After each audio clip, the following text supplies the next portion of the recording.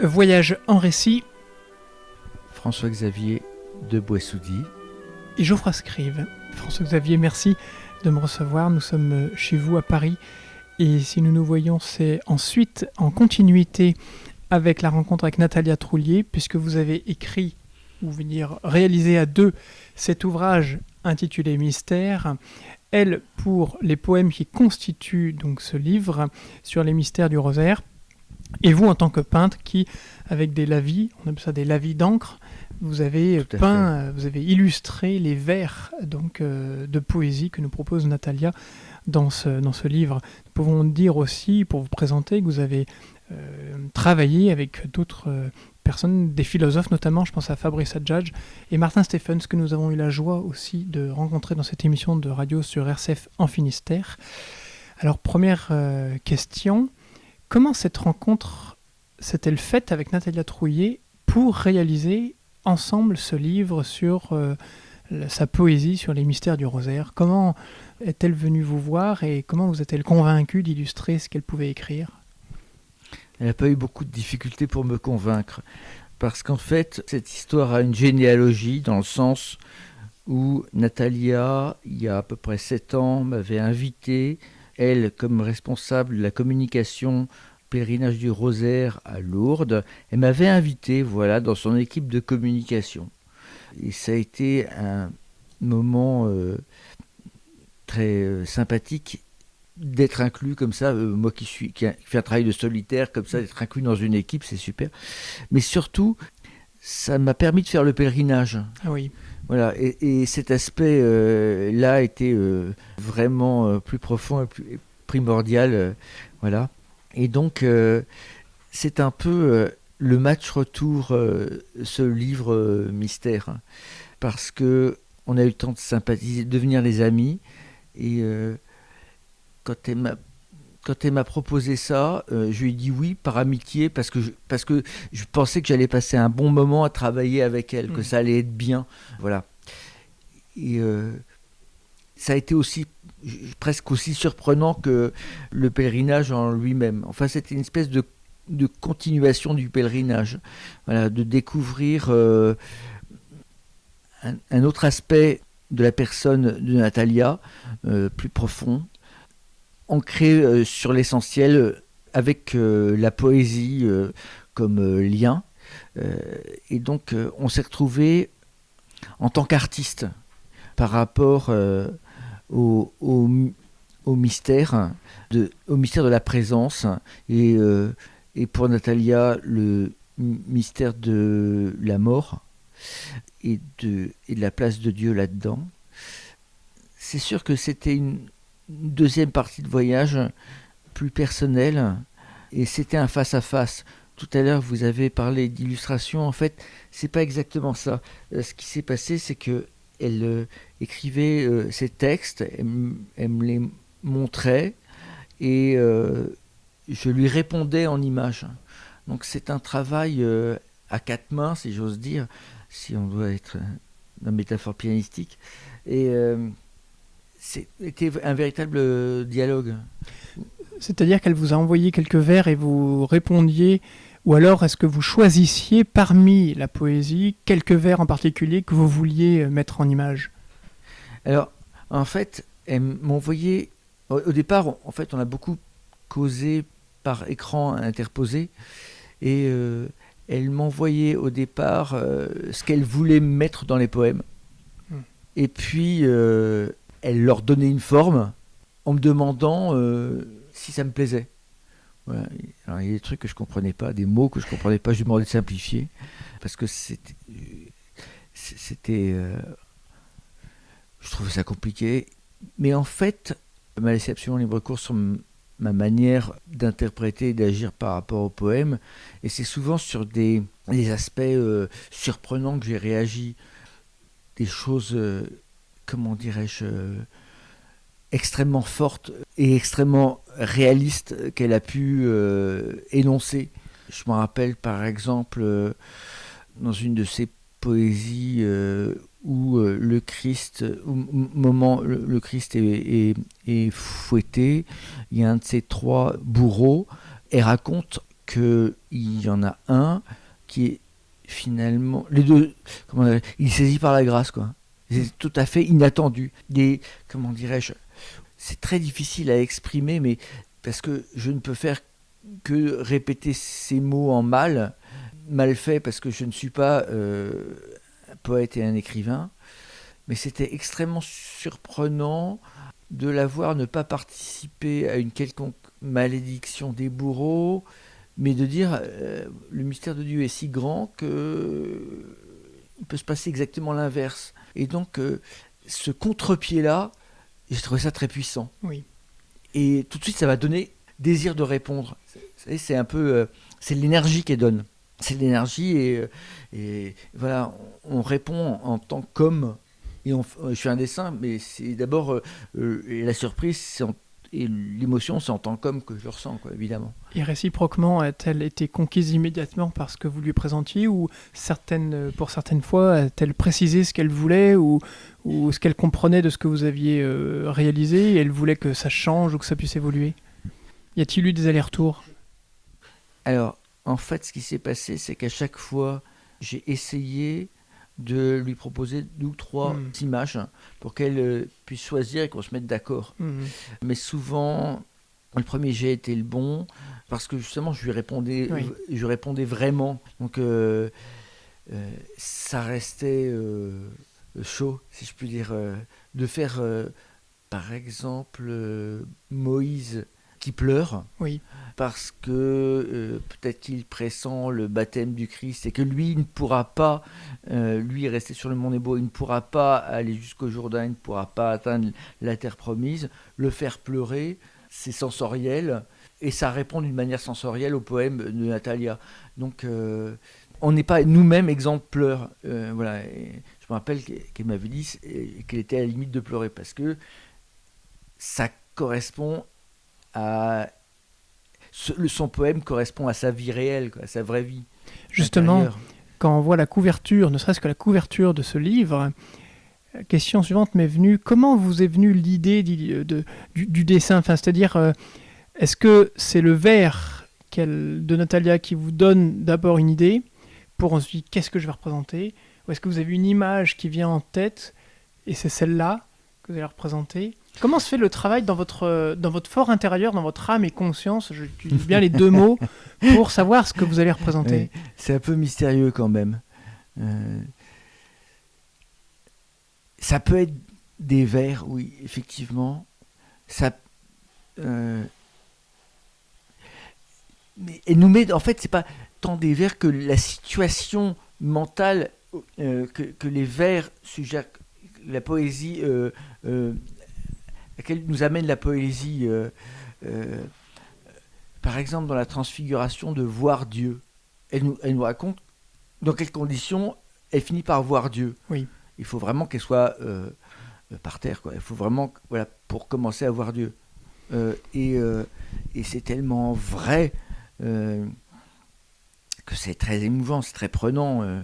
Voilà, donc on réagit à ça. Je sais pas, ça peut être des mots, on fait peut-être des déclics sur des mots, mais c'est la situation qu'elle amène, cette vérité qu'elle nous fait toucher du doigt, qui nous fait communier et qui fait répondre. Voilà. Je ne sais pas si son Moïse pleure, mais le mien, il a pleuré, quoi. Ça me paraissait évident. Voilà, Dieu qui récite un Kaddish pour Moïse qui n'a pas atteint la terre promise, c'est à pleurer, quoi. François-Xavier de Boissoudi, je vais faire un petit détour, mais en venant ici, je me posais la question: comment s'incarnait justement votre idée de dessin par rapport au texte de Natalia Troulier? Comment prend-elle forme sous vos doigts, sous votre pinceau? Et j'aimerais vous lire ce petit extrait tiré de Méditation sur la beauté de François Cheng, dans lequel il dit, alors là il est dans l'imaginaire artistique chinois, il dit: l'encre incarne tout le virtuel d'une nature en devenir, et le pinceau, lui, l'esprit de l'artiste qui aborde et exprime cette nature en attente d'être révélée. Alors dans le lien pinceau-encre, dans lequel se noue la charnelle relation entre le corps sentant de l'artiste et le corps senti du paysage. Est-ce que vous faites vôtre cette idée de François Tcheng entre le pinceau, l'encre et vous qui les manipulez pour peindre? Je sais pas bien. Je sais pas bien parce que c'est effectivement une gestuelle. Je réponds à une intuition. Peut-être que ça fait danser mon pinceau. Parce que c'est le bout de vous-même, quelque part. Oui. Oui, effectivement, c'est gestuel aussi. C'est pas très contrôlé. Mais en fait, c'est pas une question de vouloir. Ça va plus loin que le vouloir. C'est être porté par ce qu'on a vu et se laisser porter par ce qu'on a vu. Et effectivement, bon, il y a, comme je travaille pas mal de liquide, effectivement, c'est une projection où on laisse les choses aller, oui. Il y a de ça. Enfin, j'avais jamais réfléchi de la manière de François Tcheng. Là, a priori, comme ça, en une seule lecture, j'avais du mal à saisir ce qu'il voulait dire, mais bon, j'essaye de réinterpréter, de recomprendre ce qu'il veut dire, parce qu'il amène les choses d'une manière déjà très réfléchie, et que moi j'ai besoin de les sentir pour pouvoir les évoquer. Alors justement, si on prend une image, par exemple, hein, ce n'est qu'un exemple. Faisons un exercice. Nous sommes à la page 30-31, donc on voit cette âne, oui. C'est la crèche. Oui. Alors pourquoi avoir choisi de représenter Marie et l'enfant sous l'âne? C'est assez rare comme représentation de la crèche. Oui. Je me suis posé la question, je me dis tiens, pourquoi sous ou alors dans l'âne? Parce que d'abord, premièrement, cette image de nativité, on voit clairement Marie qui accouche. Elle est de profil, elle est accroupie et elle voit l'enfant, la tête de l'enfant qui sort d'elle-même. Voilà. Donc, et elle est en train de le prendre par les épaules, enfin le toucher pour la première fois, oui. Et son visage est illuminé par le visage illuminant de l'enfant. Oui. Bon. Donc ils sont de profil. Eh bien, c'est la représentation de la naissance, de l'accouchement, n'est évoquée, à mon sens, que dans l'évangile de Saint Jean, dans l'Apocalypse. Et comme la deuxième partie va plutôt hilarante, parce qu'en fait, j'allais pas mettre un dragon balayant les 2 tiers du ciel, oui. Mais j'ai mis un âne à la place. Parce qu'en même temps, l'âne est protecteur, quelque part. Oui, en fait, je l'ai mis comme une sorte d'écran. Au premier plan, on voit entre les pattes de l'âne, effectivement, si on est accroupi, assis soi-même, on voit l'âne, et ensuite, à travers les jambes de l'âne, on voit Marie et son enfant. Ça fait une espèce de petite maison, mais c'est surtout une espèce de théâtre. Ça permet de se situer par rapport à cet accouchement. C'est-à-dire pas dessus, en retrait. En retrait. C'est-à-dire une place qui me paraissait juste par rapport à un accouchement. Peut-être que si j'ai représenté cette nativité de cette manière, c'est-à-dire une femme qui accouche, c'est peut-être parce que on fait partie des premières générations d'hommes finalement à assister à la naissance des enfants de nos femmes. On a droit, on a un strapontin dans la salle. Dans la salle de travail, voilà. C'est peut-être pour ça. Et par ailleurs, ça permet, cette peinture comme ça, représenter Marie entre l'âne et le bœuf, ça permet aussi de faire naître le Sauveur dans le règne animal. Oui. Aussi. Lui donner une dimension dans le règne animal. C'est pour ça qu'on devine aussi le bœuf à moitié... Tout à fait. Parce qu'il n'est pas aussi non plus mentionné dans l'évangile, c'est pour ça que vous vouliez seulement le mettre un peu en retrait, de façon presque cachée, ou... Ils sont mentionnés dans les évangiles, les deux, les bestioles? Non, là, non, sans doute, parce que... Oui, mais on s'en doute. Mais c'est pas... En fait, on peut penser qu'ils sont arrivés à Dodane, mais bon... c'est des supputations, quoi. D'accord. Mais bon, oui, j'ai décidé de reprendre la tradition populaire parce que Ça sert à rien d'inventer de ce côté-là. C'est là, prenons ce qui est, héritons. Oui. Voilà. Après, on peut être plus réaliste et représenter un accouchement, puisque au départ, l'idée, c'était de montrer la vie d'une femme, Marie, quoi. D'interroger la sainteté par la sainteté de Marie. Donc, disons que c'est une image que j'avais déjà réalisée, c'est la seule d'ailleurs, que j'avais déjà réalisée auparavant. Ah, d'accord. Voilà.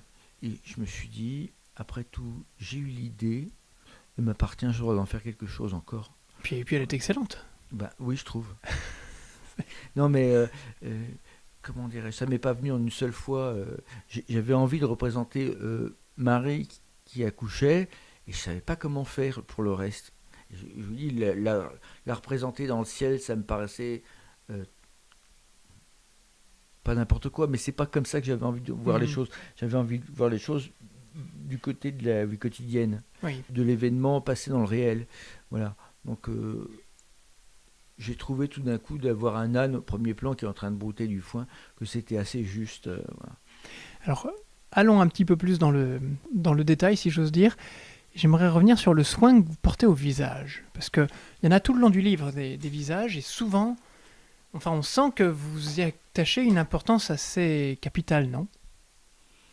Oui, en fait, le visage, c'est le centre des émotions. Oui. Voilà, avec le corps d'ailleurs, mais le visage va parler tout seul, quoi. Et ça fait partie du langage du corps. Donc, moi, ce qui m'intéresse, effectivement, c'est l'expression des visages, oui.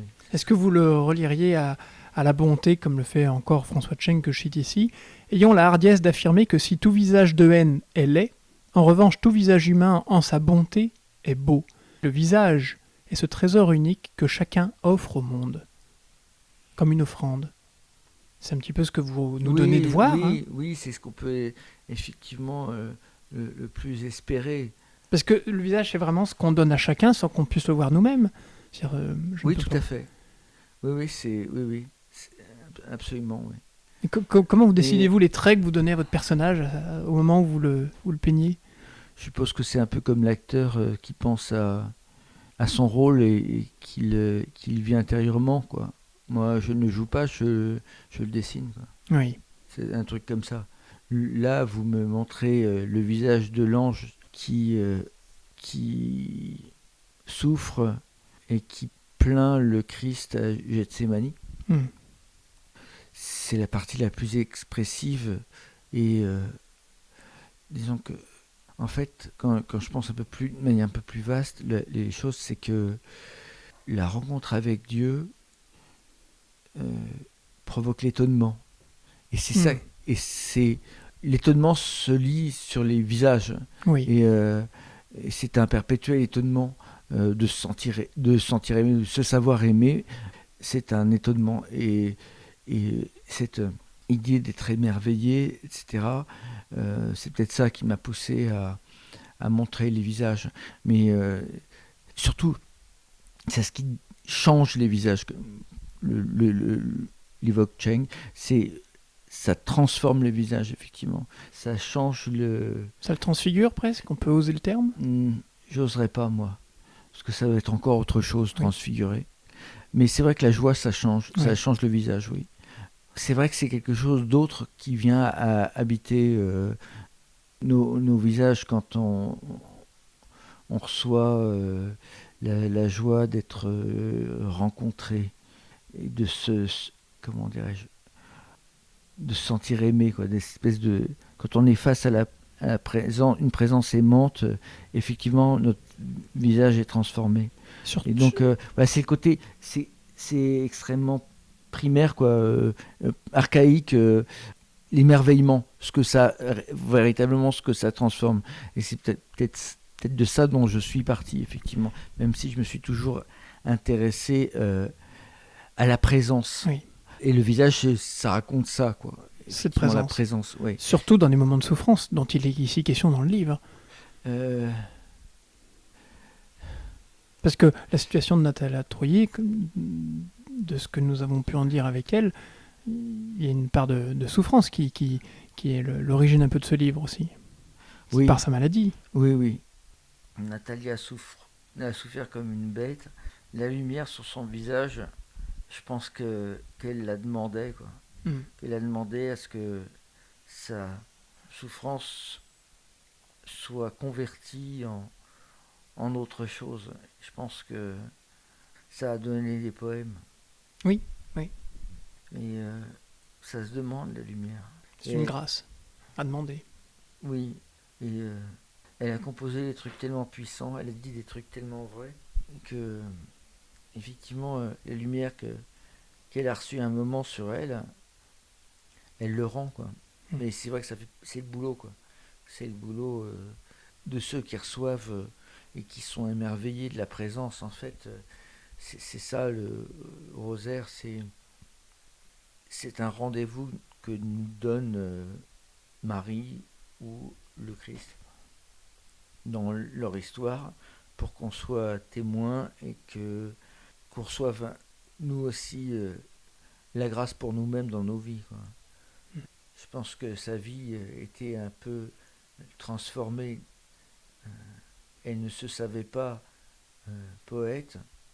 Elle a convoqué les mots pour décrire ce qu'elle vivait. C'est-à-dire, au départ, c'était un mal et ça a été transformé en une relation. Une relation, voilà, à Jésus ou à Marie, au personnage de la transfiguration. Elle est devenue témoin et on ne peut pas faire du journalisme avec ça, donc elle en a fait de la poésie. Oui. Parce que c'est trop intérieur, Mm. c'est trop infime, c'est trop intérieur pour pouvoir être décrit par... on ne peut pas faire un reportage. Donc on peut dire ce qui nous est arrivé, quoi. C'est tout. Oui. Et j'ai vu ça et comme cette rencontre-là, j'ai pu l'expérimenter, la rencontre avec Dieu, j'ai pu l'expérimenter, je vois ce qu'elle a vécu, donc je peux peindre des visages à partir de ce moment-là, parce que l'image qu'il y a sur les visages, quoi, le sentiment, j'ai eu un peu le bonheur de les vivre. Donc, ouais, la rencontre, c'est toujours étonnant. C'est toujours différent de ce qu'on imaginait, quoi. C'est sûr que la souffrance de Natalia s'est pas évaporée très loin de là, mais elle a reçu la possibilité de montrer Dieu. Oui. Par les mots. Par les mots. Ouais. Et de ce que cette relation lui donnait comme mot, quoi. C'est ça, okay. Exactement. Donc, ça est devenu vivante, mais pas comme prévu, quoi. Oui, oui, ça j'ai compris, oui.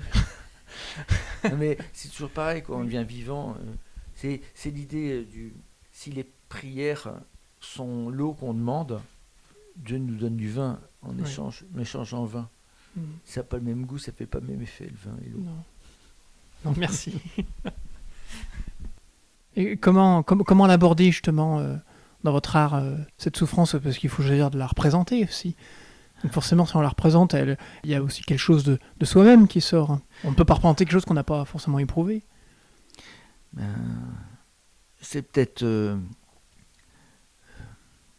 l'envie de pleurer avec les gens qui pleurent et de rire avec Natalia, quoi.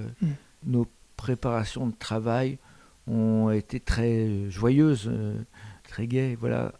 Et après, quand on plonge, un ange qui pleure sur le Christ, effectivement, ça peut être juste pour un peintre, cette manière d'être avec une amie malade, quoi. Oui. Et en même temps, par ces dessins, par ces labidanques, vous lui donnez aussi un sens quelque part à cette souffrance. Vous la représentez, et je pense aux trois mots, aux trois définitions de ce mot sens en français, qu'il y a la sensation, il y a aussi la direction, puis il y a aussi la signification. Est-ce que c'est à moi de donner du sens ?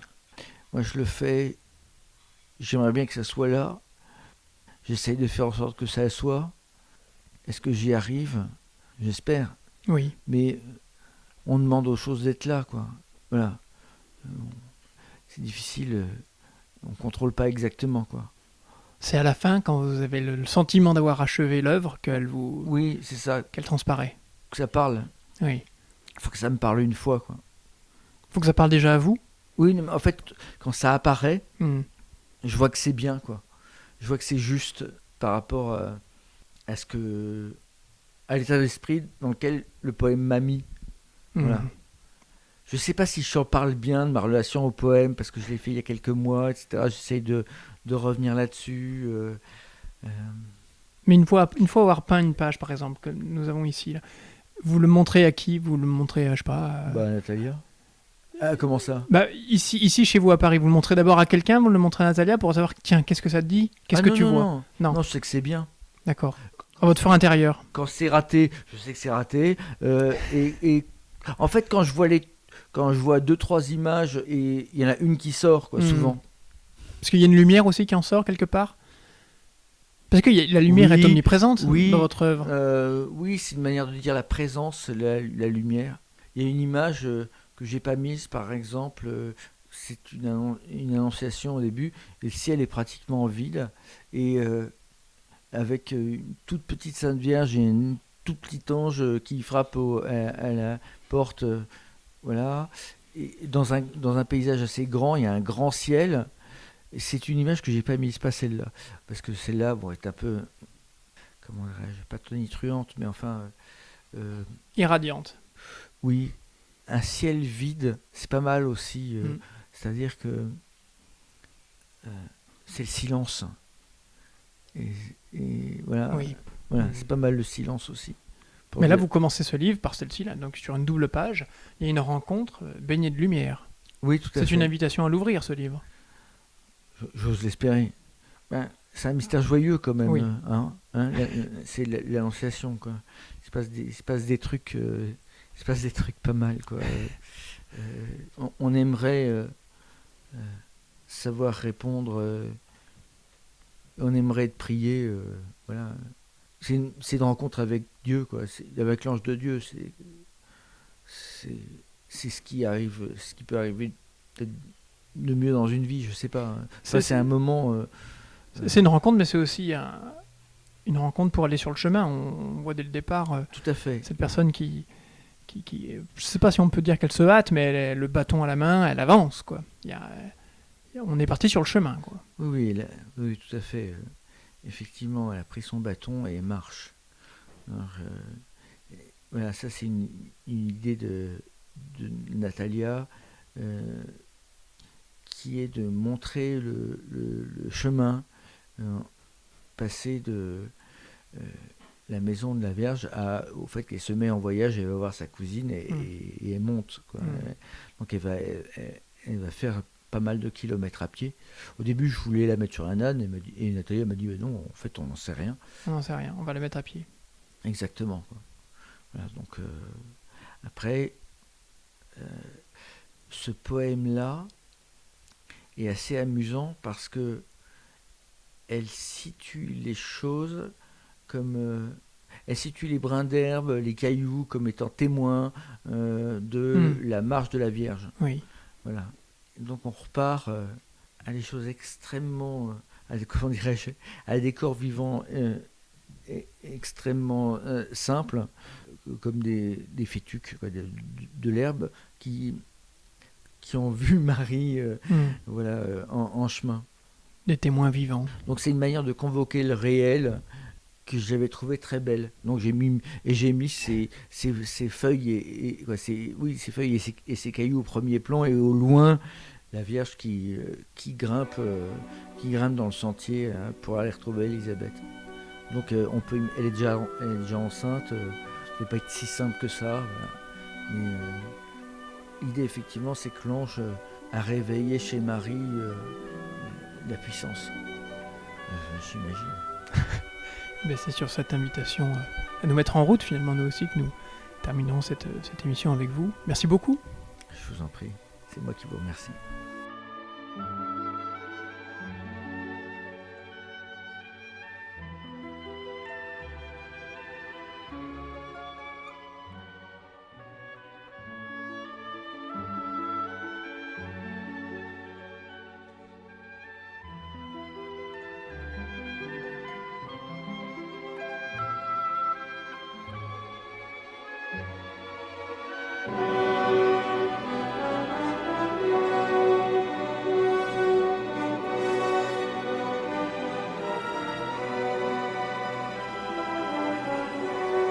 un soir de pâle figure où le temps s'égouttait en bruissement d'épines, je vis un ange au gouffre de mon grabat, avec à la main droite un résidu de fiel.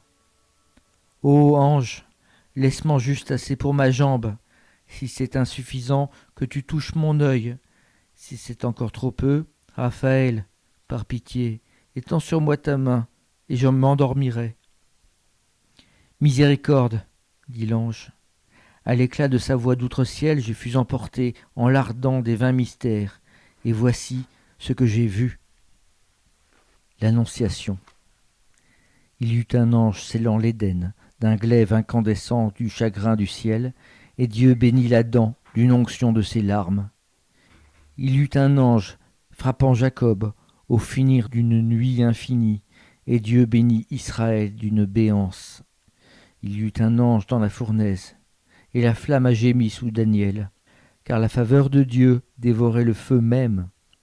Il y eut un ange sur le pas d'une porte, et Dieu qui mendiait ta bénédiction. Ô Marie, dès l'enfance abondée de tendresse, les psaumes de ton peuple flûtés, sans les comprendre, ciselaient ta mémoire novice. Et sous l'ombre attentive des anges, des perles de Torah, tressées de tes louanges, ébauchaient dans ton cœur le Magnificat. Et Dieu, à te regarder croître, désirait à son tour grandir auprès de toi. Et Dieu, à te savoir sienne, implora ta caresse pour le salut du monde. Dans un écrin de pur silence, brûlait l'ardent cœur de Marie, et l'ange reconnut l'empreinte de l'Horeb. Devant ton innocence, il s'est mis à genoux. Le murmure de ton oui a jailli de ta bouche, et dans la frondaison de l'arbre de Jessé, Dieu s'est fait corpuscule. Le Verbe par lequel Dieu créa toutes choses a manifesté sa gloire, espoir d'un Babil dans l'entraille d'une femme. D'une main étonnée, tu as touché ton ventre, et j'ai mis à tes pieds ma confiance inquiète, tout contre ta foi tranquille. La visitation. Le caillou du sentier d'abord, et puis la musaraigne, alertée par le chêne déjeté. Ce sont eux, je l'atteste, qui ont vu l'arche sortir de Nazareth et la fétu qu'a frémi jusqu'en sa graminée. Aucun roi ne la précède en dansant, nul soldat ne la suit en armes, vaisseau de chair où l'esprit grava la loi nouvelle de la matière même dont Ève fut formée. Divine folie dans le ventre jamais étreint, l'enfant sitôt conçu bénit toute création. Et toi qui vas, Marie, par les monts de Judée, comme un frêle ostensoir devant qui génuflectent les grands pins sous le vent. Et voici qu'elle accourt au-devant de tes pas, Élisabeth, au ventre 1000 fois caressé, sans que jamais n'y couvre que la détresse. Et des deux matrices impensables, dans un embrasement de joie candide et de trémeur sacrée, jaillit le mystérieux échange où le précoce, en un tressaillement, fit du tardif son précurseur.